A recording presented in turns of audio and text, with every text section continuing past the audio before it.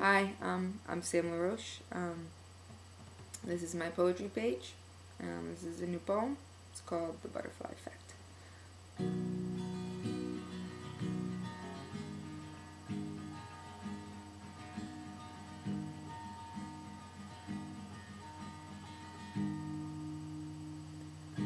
I went walking with my cousin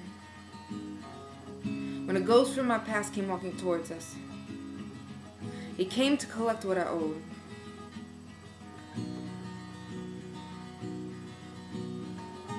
For the years I spent wallowing on his floor and living off that 60-second high until I got so low I couldn't walk up the stairs. He came to collect what I owed. For making it look like you lived that kind of life and walk away unscathed. Before I could lightning talk his bullet from being triggered, he fired, skimming past my shoulder but cutting precision like a surgeon's knife into her skin, shattering chest bone and exploding into her heart like a lifetime of resentment. I fell to my knees with her like one last proposal, asking vows to be renewed between this body and this life. My head melted and my hands prayed, trying to pump the life back into her, but these hands had sin on them. And it was January. The cold rain rose steam from the blood pouring out from her body. I tried to bucket it. I tried to plug it, but this was no oil spill. This was the ocean spilling into oil, graffitiing the concrete in her innocence. In this, I was the tutor in this life lesson. She hiccuped the air like her lungs were trying to grasp oxygen as a concept. I, your Dante, you, my Virgil.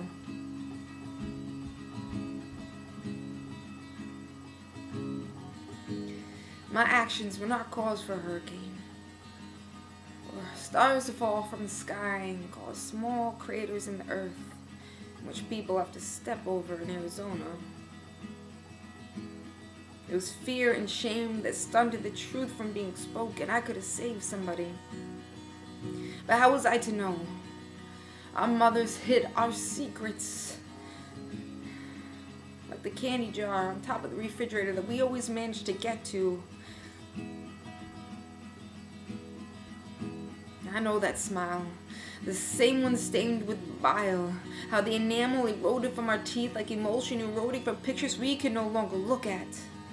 Like a steady diet of candy canes, just the right amount of sugar to get me through the day. How we twisted our fears into control. This is rape. Letting acid boil like a harbor for these demons at the bottom of my belly. I'm a master of my craft and I need no hand to erupt my gag reflex. I cocooned into myself all those years. How was I to know you were dealing the same cards? If only I was brave enough to say what I needed to say. You could have caught the echo off of it from a small windstorm in our county. I could have drew you a map how to live in your body again. How to ward off triggers when you're sitting in a room and the anxiety starts to swell like an angry ocean. I could have showed you how to put down the gun.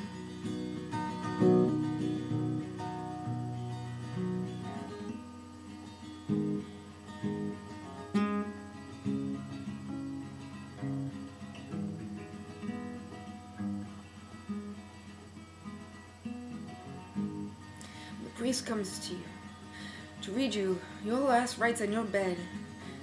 You tell him have no regrets. Tell him you were searching for perfect, but perfect left you for dead. Tell him you know what it's like to be God in the living flesh. Tell him hard you prayed. Every time you knelt down in front of that toilet that you prayed so hard it caused tears in your heart. You never broke down once. Not in front of those you love most, not because you're strong, but because it's what kept you going. I'll show you the pictures of my past, the skin that I shed, the parts of me that are now dead, so I call it ghost.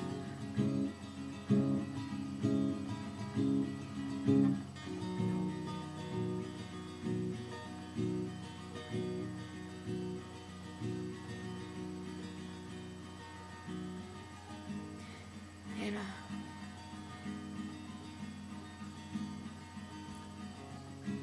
I wish I was brave enough to say the things I wanted to out loud. When I got that phone call, in Brooklyn that morning. It was raining.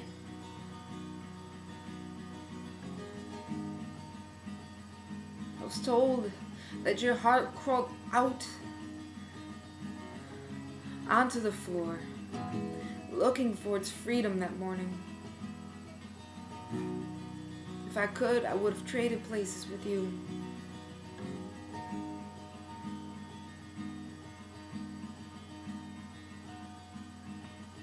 The cold rain was the only thing to hold me in place. And the only thing I had to hold on to was a brick wall. And my silence.